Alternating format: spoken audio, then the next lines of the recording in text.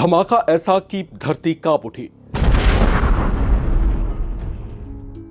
धुएं का गुबार ऐसा कि आसमान काला पड़ गया और फिर शुरू हुई गोलियों की गूंज जिसने पूरे बलूचिस्तान को दहला दिया। पाकिस्तान से आई इस खबर ने सिर्फ इस्लामाबाद ही नहीं बल्कि पूरी दुनिया का ध्यान अपनी तरफ खींच लिया है। इस वीडियो में आप देख सकते हैं कैसे विस्फोटकों से भरा एक ट्रक सीधे पाकिस्तान कोस्ट गार्ड के हाई सिक्योरिटी कैंप के अंदर घुसा और अगले ही पल ऐसा धमाका हुआ जिसने पूरे कैंप को मलबे में बदल दिया। इस हमले की जिम्मेदारी पाकिस्तान के बलूचिस्तान में सक्रिय अलगाववादी संगठन बीएलए ने ली है। संगठन का दावा है कि उसने फिदाइन ऑपरेशन में 30 से ज्यादा पाकिस्तानी सुरक्षा कर्मियों को मार गिराया है। हालांकि इन दावों पर पाकिस्तानी सेना चुप्पी साधे हुए है और इस हमले में कुल कितना नुकसान और मृतकों की संख्या कितनी है इस बात की पुष्टि नहीं की है। लेकिन अगर जांच में यह दावा सही साबित होता है तो यह पाकिस्तान की सुरक्षा व्यवस्था पर हाल के वर्षों के सबसे गंभीर हमलों में गिना जा सकता है। सबसे चौंकाने वाला सवाल यह है कि आखिर विस्फोटकों से लदा ट्रक हाई सिक्योरिटी कैंप तक पहुंचा कैसे? क्या सुरक्षा घेरे में बड़ी सेंध लगी? क्या बलूचिस्तान में हालात पाकिस्तान के नियंत्रण से बाहर होते जा रहे हैं? और क्या ग्वादर जैसे स्ट्रेटेजिक जोन में जहां पर चीनी कर्मचारियों की भी मौजूदगी है और जहां पर चीन पाकिस्तान का संयुक्त सीपीईसी प्रोजेक्ट चल रहा है, वहां हुआ यह हमला सिर्फ एक सुरक्षा घटना नहीं बल्कि पूरे क्षेत्र की बदलती तस्वीर का एक खतरनाक संकेत भी है। आज की इस एक्सक्लूसिव रिपोर्ट में आपको बताएंगे इस पूरे ऑपरेशन की टाइमलाइन, बीएलए के दावे, सामने आया वीडियो, पाकिस्तान की सुरक्षा प्रतिक्रिया और फिर उन बड़े सवालों का विश्लेषण जिसका असर सिर्फ बलूचिस्तान तक सीमित नहीं बल्कि पूरे क्षेत्र की सुरक्षा और रणनीति पर पड़ सकता है। वीडियो को अंत तक जरूर देखें। पाकिस्तान का अशांत बलूचिस्तान प्रांत एक बार फिर भीषण धमाके से दहल उठा है।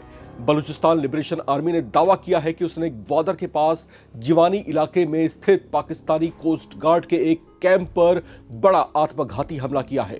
संगठन के मुताबिक यह हमला पूरी योजना के साथ उसकी विशेष मजीद ब्रिगेड ने अंजाम दिया जिसे आत्मघाती अभियानों के लिए जाना जाता है। हालांकि बीएलए के इन दावों की स्वतंत्र पुष्टि फिलहाल नहीं हुई है और पाकिस्तान की ओर से जारी आधिकारिक जानकारी बीएलए के दावों से अलग हो सकती है। बीएलए की ओर से जारी बयान के मुताबिक विस्फोटकों से भरे एक ट्रक को सीधे कोस्ट गार्ड के कैंप के अंदर ले जाकर विस्फोट किया गया। संगठन का दावा है कि धमाका इतना शक्तिशाली था कि कैंप का बड़ा हिस्सा पूरी तरीके से तबाह हो गया। इसके बाद बीएलए ने यह दावा भी किया कि उसकी एक यूनिट ने मौके पर पहुंचकर आगे की कार्रवाई को भी अंजाम दिया। संगठन के प्रवक्ता ने आरोप लगाया कि इस हमले में 30 से ज्यादा पाकिस्तानी सुरक्षा कर्मियों की मौत हुई है और बहुत से घायल भी हुए हैं। लेकिन इस संख्या की किसी स्वतंत्र स्रोत या फिर पाकिस्तान सरकार की ओर से पुष्टि नहीं हुई है। बीएलए की मीडिया विंग ने कथित तौर पर इस हमले से जुड़ी वीडियो भी जारी की है। इस वीडियो में आप देख सकते हैं किस तरीके से एक ट्रक कैंप की ओर बढ़ता है और फिर अचानक उसमें भीषण विस्फोट होता है।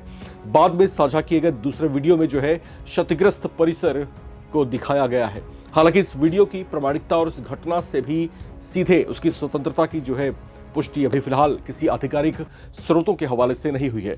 अगर यह हमला बीएलए के दावों के मुताबिक हुआ है तो यह पाकिस्तान के लिए इसलिए भी चिंता का विषय है क्योंकि ग्वादर और उसके आसपास का इलाका सीपीईसी यानी चीन पाकिस्तान इकोनॉमिक कॉरिडोर का प्रमुख केंद्र माना जाता है। पिछले कुछ वर्षों में बलूच अलगाववादी समूह कई बार सुरक्षा बलों और सीपीईसी से जुड़े ठिकानों को निशाना बनाते रहे हैं। उनका आरोप है कि क्षेत्र के प्राकृतिक संसाधनों का लाभ स्थानीय लोगों तक नहीं पहुंच पा रहा, जबकि पाकिस्तानी सरकार इन संगठनों को आतंकी संगठन मानते हुए उनके खिलाफ भीषण अभियान चला रही है। सुरक्षा विशेषज्ञों का मानना है कि अगर सुरक्षा प्रतिष्ठानों तक विस्फोटकों से भरा वाहन पहुंचने में सफल हुआ है तो यह सुरक्षा व्यवस्था के लिए गंभीर चुनौती का संकेत हो सकता है। दूसरी ओर जब तक आधिकारिक जांच पूरी नहीं हो जाती और इसकी पुष्टि पूरी तरीके से नहीं हो जाती तब तक हताहतों की वास्तविक संख्या कितनी है इस बारे में एक अंतिम निष्कर्ष पर पहुंचना थोड़ी सी जल्दबाजी हो सकती है। इस घटना ने एक बार फिर से बलूचिस्तान में जारी संघर्ष को सुर्खियों में ला दिया है। एक तरफ पाकिस्तान सुरक्षा व्यवस्था मजबूत करने का दावा करता है तो दूसरी तरफ ऐसे हमले ये संकेत देते हैं कि क्षेत्र में अस्थिरता अब भी बड़ी चुनौती बनी हुई है। आने वाले दिनों में पाकिस्तान सरकार की आधिकारिक जांच, सुरक्षा एजेंसियों की रिपोर्ट और स्वतंत्र स्रोतों से मिलने वाली जानकारी से यह स्पष्ट होगा कि हमले की वास्तविक तस्वीर आखिर है क्या और इसके क्षेत्रीय सुरक्षा पर किस तरह का असर पड़ सकता है। अब चलते चलते कुछ सवाल नवभारत टाइम्स के आप तमाम दर्शकों से। आपकी नजर में बलूचिस्तान में लगातार हो रहे ऐसे हमलों के पीछे सबसे बड़ी वजह क्या हो सकती है? क्या ये केवल सुरक्षा चुनौती है या इसके पीछे लंबे समय से चले आ रहे राजनीतिक, आर्थिक और क्षेत्रीय विवाद भी बड़ी भूमिका निभा रहे हैं? क्या लगता है आपको? कमेंट करके अपनी राय जरूर बताएं। चैनल को सब्सक्राइब करना ना भूलें ताकि आप ना रहे किसी खबर से बेखबर।